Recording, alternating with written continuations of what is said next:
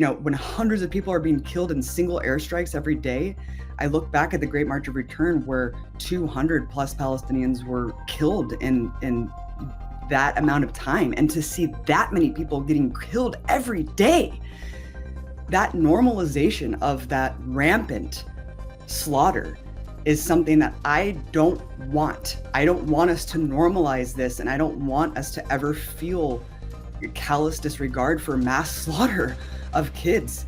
Hey, it's Jordan. I am in Flint, Michigan, East Palestine, Ohio, Tumwa, Iowa. Please support the only independent outlet on the ground covering what the corporate media covers up. Hey guys, welcome to this edition of Status Coup News, and we're so excited. We are speaking to Abby Martin today, and she is a journalist that's well known for her documentary filmmaking and her projects with Empire Files. Her amazing documentary, Gaza Fights for Freedom, is one of the most informative I have ever watched on the issues in Gaza and Palestine. She was on the ground for the March of Return in 2018, and the documentary is, if you haven't seen it, watch it.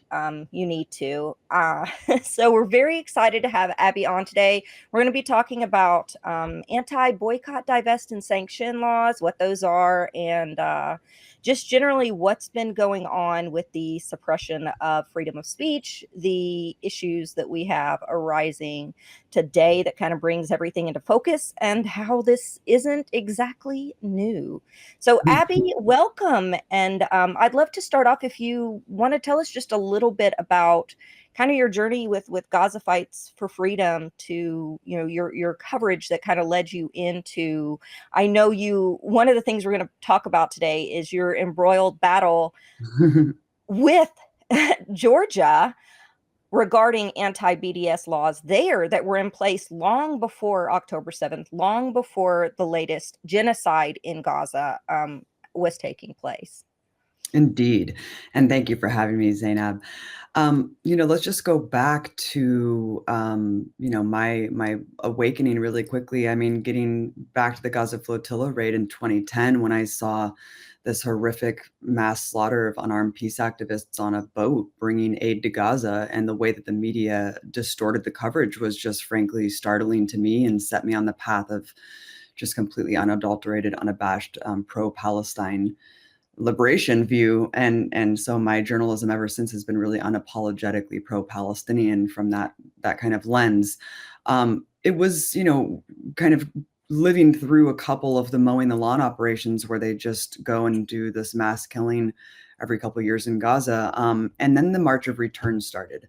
And it was something that had never happened before in Gaza, which was a completely peaceful, thousands and thousands of people going to this fortified artificial border fence that really just separates them from their ancestral lands that they can see with their own eyes, and just holding flags, bearing their chests, and doing chants. And they were met with the same kind of egregious violence that we see no matter what Palestinians do, whether or not they resist violently or non-violently, which is that they were mowed down by snipers that were cowardly perched up behind sand dunes and just mowing down people who were hundreds of yards away from the fence, doing absolutely nothing at all, disabled people in wheelchairs, little children, medics and journalists. And I think at that point, Zainab, the most shocking thing to me was just the flagrant violation of international law, the egregious nature of the mass murder with all the world watching.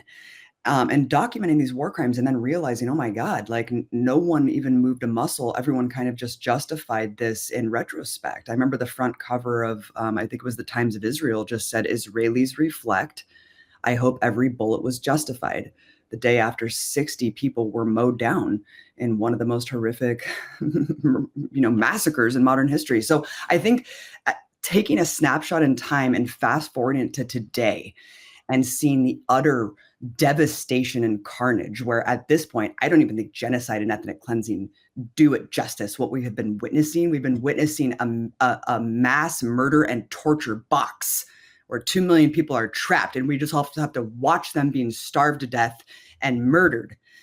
And so, when hundreds of people are being killed in single airstrikes every day, I look back at the Great March of Return where 200 plus Palestinians were killed in that amount of time. And to see that many people getting killed every day, that normalization of that rampant slaughter is something that I don't want. I don't want us to normalize this, and I don't want us to ever feel callous disregard for mass slaughter of kids. And so, at that point, I think when we made the movie, we thought this was one of the most heinous, horrific things that Israel has ever done. And if people just knew, certainly the world would move. But I think we all know now that there's something collectively, we're watching the specter of our collective humanity that has died. And I don't know how else to explain it, but when I see what's going on in Gaza today, there's no words, Zainab. There really is not. And it's still happening.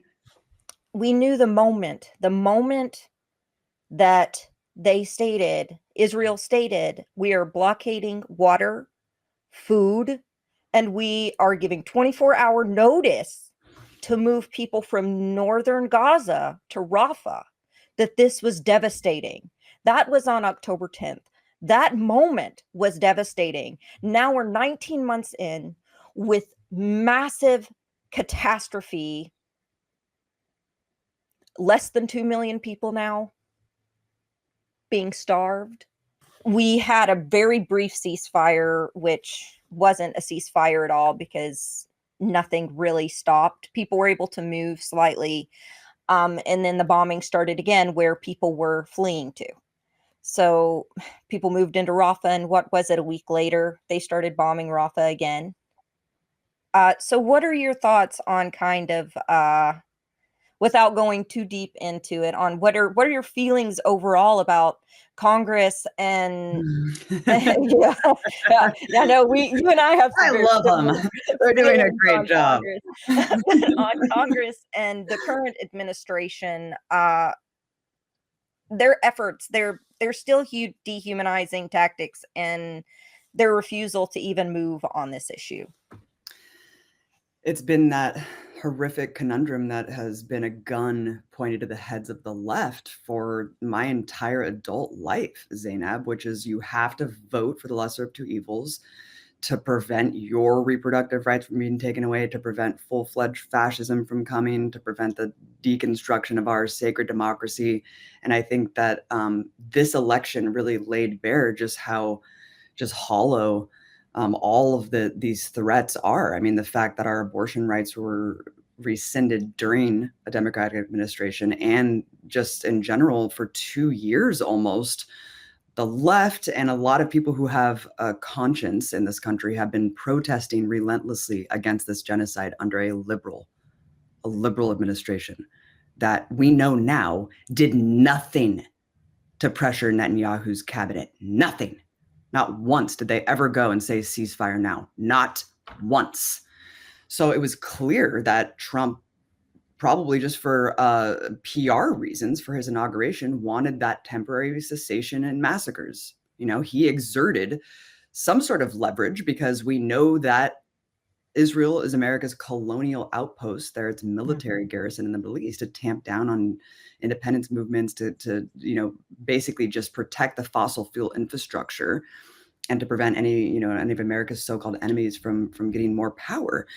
But so it's just absurd. It's absurd to see what we've been witnessing, Zainab, and it's absurd to see that, Trump doesn't care at all. I mean, he's a completely hollow, empty suit for whatever business interests and whatever he can get in return. And so, Netanyahu's extremely close with him. Jared Kushner personally profits off of the settlement process in the West Bank. We saw that horrific hallucinatory AI video that Trump put out on social media showing his golden head on a balloon, showing Trump taking over Gaza, essentially, with Elon Musk and Netanyahu celebrating, drinking martinis on the beach. It's very surreal. It's a very surreal moment when you have the mask completely removed, where the current administrator of the U.S. empire is just plainly stating, we are going to ethnically cleanse Gaza. Like, this is happening. We're just going to retake it over.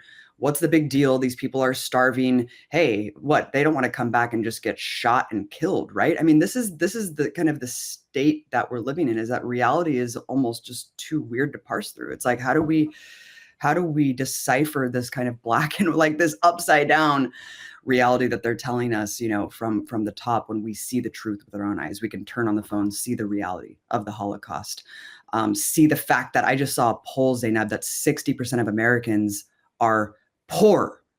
The middle class is non-existent. 60% of Americans they don't have a standard of life, let alone a savings. I mean, this is the country that we're living in. So of course Trump won. Of course he did, because the status quo can't hold. The status quo is death. So Kamala Harris and her cohorts already, the dysfunctionality and the detachment of just everyday life in this country, when you couple that to feeding a genocide that's just mass slaughtering kids, and when you have Biden telling Americans we have to sacrifice at the gas pump to fight Putin, none of that resonates. And so, of course, Trump wins. Trump's the only one talking about legacy media, fake news. Trump's the only one talking about, I mean, love or hate JD Vance. I think a lot of your viewers probably hate him, and a good reason, but they were the only ones talking about poor people in Appalachia. Yeah. He's the only one acknowledging the fact that there's poor people in this country. So, of course, faux populism and all of these things, they're going to capitalize on the disenfranchised. They're going to capitalize on the people who are truly suffering, and they're going to fold them all into right-wing politics, because you and I both know that left-wing politics, an actual critique on power, which is the capitalist system, is the only thing that really is the threat to power. And so the left is going to be sidelined and blamed every time. And all of that energy is going to continue to be sucked in and siphoned into the right wing. And it's really unfortunate to see, because I think the majority of people buy into the rhetoric. They want the anti-establishmentism. They want populism. They want to fight the oligarchy. They don't want necessarily to punch down and blame immigrants and trans people, but it's easier, isn't it? It's easier. And when the Democrats have opened the door to the massive dehumanization that we saw with the treatment of Palestine, in Gaza, I said, they're opening the doorway right now to Trump. Stephen Miller is no different than Matthew Miller. Yes. We're looking at parallels. Yes. This is opening the door for, when Trump wins, because I knew he was going to win, it's going to normalize this dehumanization, and we're going to see it here on our own population. It shouldn't take us that to care, but that's also a part of it. That's also a fact that it is coming home to roost. We are seeing, and we've seen it before. You and I both covered the terrible immigration policies under the Obama administration, under the Biden administration. So we've had some of these abhorrent policies before, but they normalized the Trump administration going after universities now to deport all these students without due process. Mm-hmm. They've normalized jackboot thugs on the street in civilian clothes rounding up people in unmarked cars with their faces covered. The Biden administration normalized this when they were willing to overlook mass atrocities and war crimes being carried out by Israel. 100%. I mean, remember the Obama former advisor, the national security official that was caught at the food cart in New York City, just saying, that's not enough dead Palestinian kids. I want more. And he said it knowing he was being filmed, because that's who these people are. The difference between the Democrats and the Republicans, you just lift the mask off, Zainab. It's the same ideology. It's just about decorum. It's about Trump being uncouth and too belligerent. None of them care about Palestinian kids. None of them humanize Palestinian lives. And that is crystallized. That is so clear as day. And it is sick. I mean, what I've come to terms with is I have to realize that my entire life's career has been, if I just could tell people the truth, if I could just educate people, people would care. People would mobilize themselves. People would act. I have to come to terms with the fact that a lot of people not only don't care, but revel in the suffering of others. A lot of people are fascist and actually don't care if children die. Beyond that, they want anyone who's not them to be killed. So it's been learning, I think, moment for a lot of us, Zainab, in the last 2 years of the collective failure of just humanity at large, but also just what we have to come to terms with about who we live amongst. Yeah, and you wake up every day and you say, "Oh, I'm only half human to these people. We're only half human." And then you had arguments during the election that were abhorrent. People minimizing Democrats, people that were supporting Kamala Harris, minimizing this, pundits and others saying, well, Trump's going to level Gaza, Oh, as God. if it hadn't already been leveled, or if one life is saved by voting in Kamala, that's better than one life that is lost voting in Trump, even if we lose 150,000 lives, if one life is saved. It's like, where is your metric? Yeah, what calculation are you it's like Palestinian lives are non-negotiable to me. I'm sorry. That's Like right. I agree that Trump is very scary domestically. He's a fascist. He ran on a fascist platform, but I in good conscience cannot vote for genocide of my brothers and sisters. Do you understand that? And how dare you tell Palestinians and lecture to them that they should have? That's Yeah, the sick. bar's in hell. The bar was in hell. And so why is it so shocking now that we have rampant fascism, that we've This is just what it leads fully to. gone in the direction of rampant fascism? Exactly, Zainab. When you normalize this kind of behavior, especially abroad. The US empire is a global fascist military dictatorship, actually, and tens of millions of people are living under its boot and suffering every day. And the people who are conscious of that and have international solidarity and have a lens that's a perspective to see outside of our country already knew that. And so we saw the writing on the wall. We knew that the status quo couldn't hold. We knew that the Democratic Party was the inevitability, would pave the way for Trump. And now here we are. We're in Trumpism. We're living the authoritarian nightmare that we all knew was coming. And to your point, I mean, Palestinians are the first, but they're not the last. This Yeah, is a warning shot, and it's a testing ground for that's all of right. the surveillance technology, all the Silicon Valley overlords who now curate our reality. All of this is coming home to roost. Well, Palantir, we'll get into we'll Yeah, close out with the yeah, sure. anti-BDS laws, but Palantir just secured and is pitching government contracts to control Alex Karp, and you have Peter Thiel. They're wanting to control it for different reasons, but to control and basically utilize AI to replace the labor force across every single government agency. So they are going to have access to your tax documents, to your, to any Medicare, Medicaid. We're talking about every USDA, NOAA. I mean, they could lie to us about the weather if they want to, and that's the truth.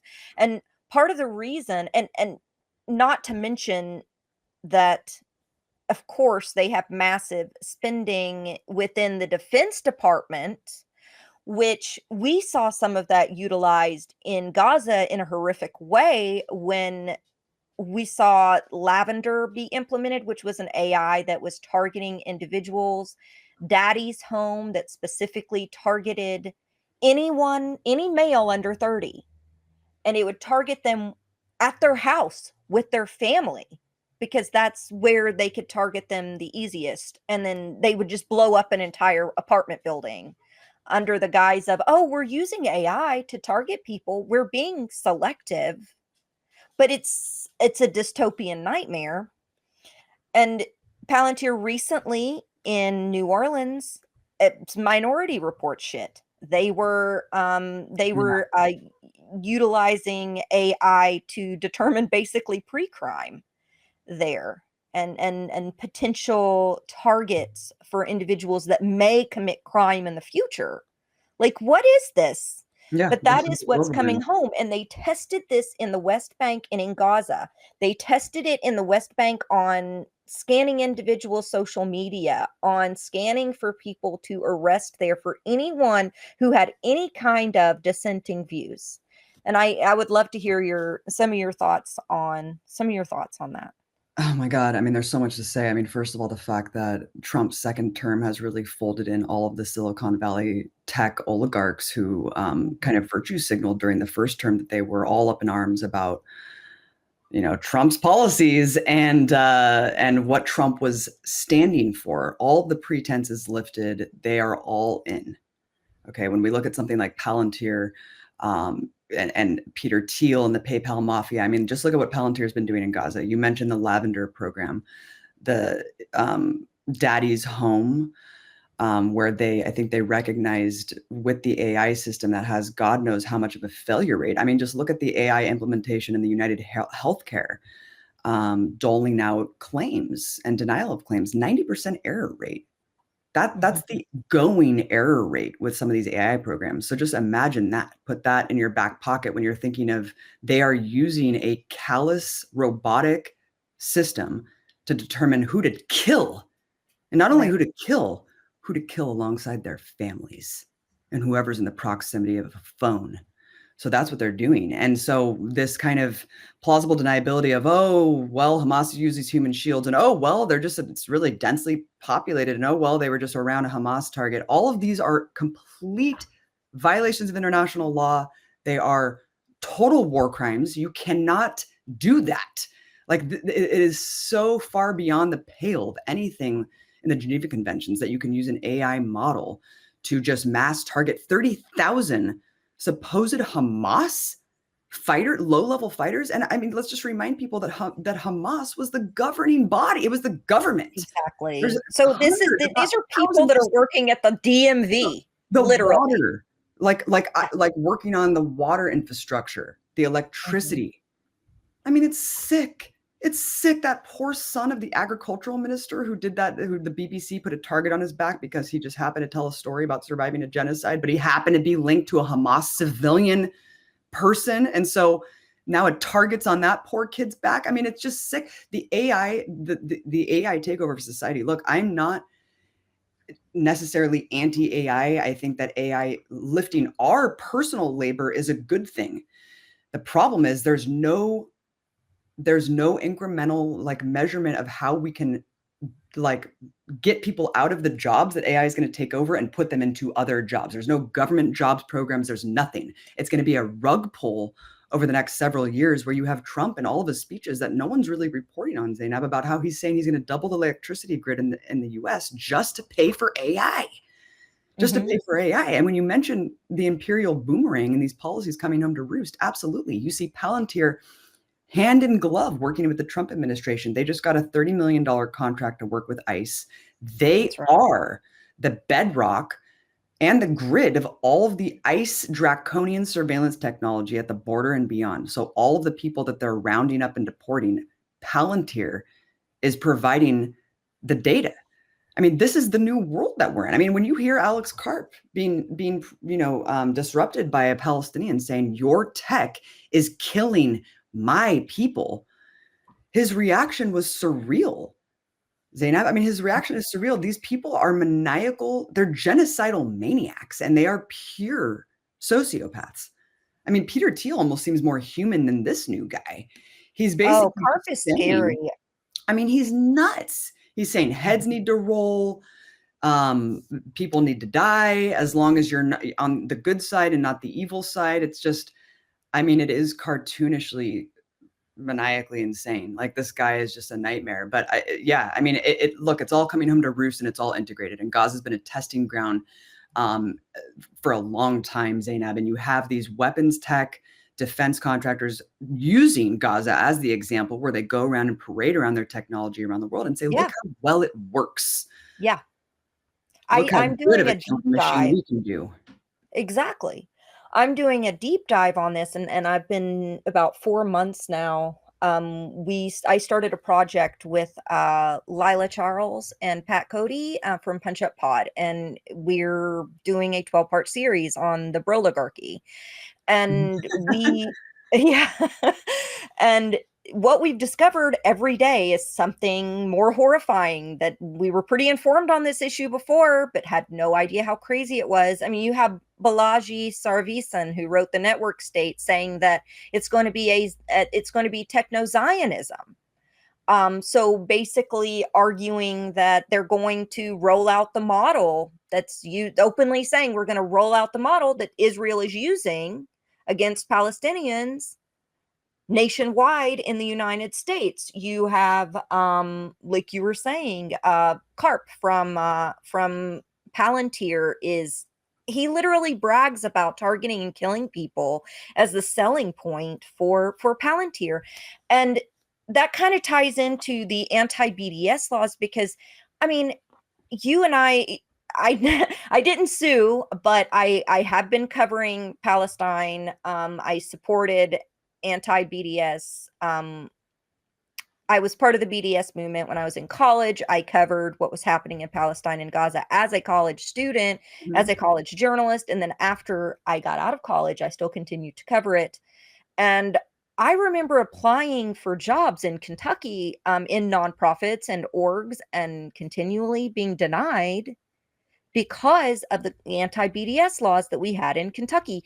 I was having trouble getting jobs. It's not about me. This is about a broader problem. Now, when AI is going to be involved, now scrubbing for people who support Palestine, people who stood up against mass atrocities and war crimes, now specifically targeting them, it's going to get worse than even what happened to the NYU student who just had their, diploma stripped because they dared to mention the atrocities that are going on in Gaza in a speech he made on graduation day just yesterday, I believe it was.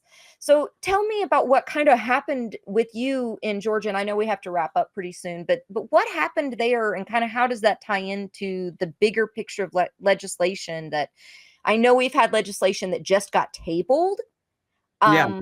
but this legislation is being pushed, if not nationally, it will be pushed nationally, but it's still being pushed through the states. So what happened in Georgia? Okay, so in Georgia, just like 26 other states in the country and potentially more, it's kind of ambiguous how many have passed these laws, have passed anti-boycott, divestment, and sanctions laws. So to your point, and what happened to me was that, if you're an independent contractor, if you're applying for a state organization or to work under a state contract, you are given paperwork that says you have to contractually oblige, basically pledge fealty to a foreign country and to forfeit our First Amendment rights, which is not only the right to free speech, which is the sacred bedrock of our American democracy, but also the right to boycott. This is a right that was enshrined by the Supreme Court back during the Montgomery bus boycotts during the Civil Rights Movement. So the fact that this is already preemptively passed years before October 7th is just a sign to me that the Israel lobby knew the writing on the wall. They knew the tide of justice that was inevitably coming, to try to make apartheid fall and to stop the genocide that has been a long campaign and just started on October 7th. And so they tried to pass these laws under the guise of anti-Semitism, and they've tricked a lot of state legislatures to do so. And what they do is just completely stymie our ability to practice our fundamental constitutional First Amendment rights, Zainad, and it creates this chilling effect across the board where, especially in the light of this crackdown on college campuses, people are just simply terrified to speak out on social media, in their workplaces, wear any sort of symbol of Palestinian solidarity. It is truly existential to a lot of people that they could lose their jobs and have their careers destroyed if they simply speak out against a genocide. And what that does, I think, point to the broader legislation that's been happening. What happened in my case, sorry to wrap up my story, what happened in my case is I sued the state of Georgia because I was given this contract. Long story short is I won in the interim because, of course, the principle of free speech stands, and any constitutional lawyer and judge would see the clear violations that these laws pose.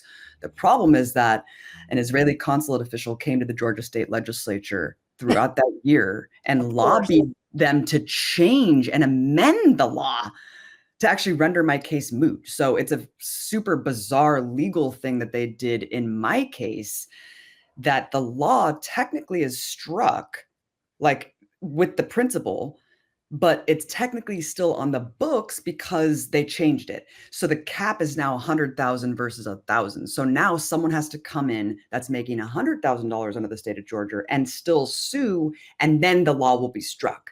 So it's like, I still won in principle. You can't put a price tag. It doesn't matter if you're making a penny, $1, $100, 1,000, or 1,000,000. The law still applies, but because they did this trickery with the language, it's still technically on the book. So they could still say that they won and that I lost, but really I did win still, and the principle still stands, and the law still will be struck down. But it requires someone like a Ben and Jerry's, like a Roger Waters, someone to go in there that can make that much money and finally strike it down. But I think what's so dangerous is you look at the scale and scope of anti-BDS legislation, the conflation of anti-Semitism with Judaism, and with criticism of Israel and anti-Semitism. The laws that are being proposed now are so wide-reaching and so draconian and dangerous. You mentioned the Anti-Semitism Awareness Act. Luckily, this was just tabled in the Senate. It passed the House. It was tabled in the Senate after this kind of fiery hearing from a lot of people who said, look, do you want Europe's laws or not? Because that's what this is. This is a slippery slope that will basically change the working definition of anti-Semitism to these disingenuous front groups, the Holocaust Remembrance Act, the Anti-Defamation League, all of these disingenuous front groups that are, by extension, basically pro-Israel lobbying groups that have completely just destroyed the definition of anti-Semitism to encompass criticisms of apartheid and genocide. Apartheid, right. A Jim Crow style government. We can't criticize that. Otherwise, we're anti-Semitic. And it's this conflation that is so dangerous that actually exacerbates anti-Semitism, that actually threatens Jewish people around the world, because Israel doesn't represent Jews. So now, at the most important place to have free speech, the bedrock of what should be the shining example of constitutional liberties, college campuses, where so many resistance movements have burgeoned and flourished, that is where it is being censored and stymied intentionally, because they know they have to crack down and tamp down on what is happening on college campuses. And so teachers, students, college administrators, they are going to be terrified if this bill passes. They already are terrified. You see them kowtowing to fascists, saying, please don't take my university funding. I'll do whatever you want. Here's all our students. Round them up, ICE. You can't kowtow to fascists. You just can't. So these college administrators, they have to stand up and say no more, and they have to protect their students. And I don't see that happening enough. And so Harvard stood up for like 10 seconds and then backpedaled. Exactly. So this bill is it's such a dangerous slippery slope. And they want to turn this country into Europe. They want to eliminate free speech for everyone except them. They've used free speech as this rallying cry for the fascists and the MAGA cultists for so long. And then the second they get power, we realize what the real play is, that it's free speech for me, not for thee. And in fact, we will deport you. We will terrorize you. We will kill you if we don't like your speech. And so that's the reality that we're wading into, Zainab. Yeah, absolutely. Absolutely. I mean, Hassan Piker, YouTube or Twitch streamer, was stopped at the airport this week and interrogated. That sends a chilling effect. That sends a chilling effect on, and anyone that remembers the no-fly list. I was on the no-fly list. I was denied a passport. I was born here in London, Kentucky. My dad's an Iranian immigrant. But I was denied a passport. I was on the no-fly list. So these types of cutting away of our rights have been going on for so long that it starts to normalize it. The anti-BDS laws started under Obama. Absolutely. In 2014 were the first laws, in 2012, 2014. And I know that we have to wrap up, but I just wanted to finish with this, is that I truly think this is an entry point to synonymize any critique of American empire. It's not just about Israel. This is the entry point. This is the easiest way to get us there.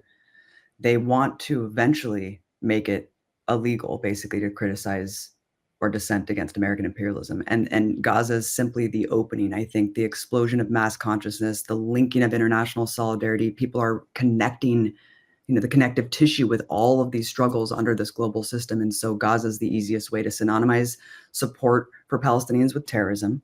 And the anti-Semitism cover has been ingenious, and it's worked. And we have to wake up, because this is not stopping and starting with Palestine. It's coming for us all, Zainab. Yep. And people are starving right now. Children are yeah. Yes. Can you let us know where we can find you? And we really appreciate you coming on and speaking with us today about such important bullshit that is happening across the globe and here in the US. But if you could let folks know where to find you, if there's any projects you have coming up or anything you'd like to talk about. Yes, and thank you. I love Status Coup, and I love what you guys are doing anytime. Please check out Gaza Fights for Freedom. It's a free movie online, and it really is a really important film. I think anyone who's on the fence, I don't know how you can be at this point, but it really changes minds. In terms of what we're working on now, we're working on a film called Earth's Greatest Enemy. It's coming out this summer. We're doing a huge nationwide tour. It's about the US military's impact on the environment. It's a one-stop shop in totality of the entire beast, the gargantuan topic of how the US military is destroying the planet. And I'm super excited for it to hopefully be a tool that can be used and interjected in the mainstream environmental movement to bring the issue of militarism to the forefront. Otherwise, we're truly doomed. Thank you so much. And I hope people check it out, earthsgreatestenemy.com. Thank you. I can't wait to see that. Thank you so much, Abby. Have a great day. Thank you so much. Free Gaza, free Palestine.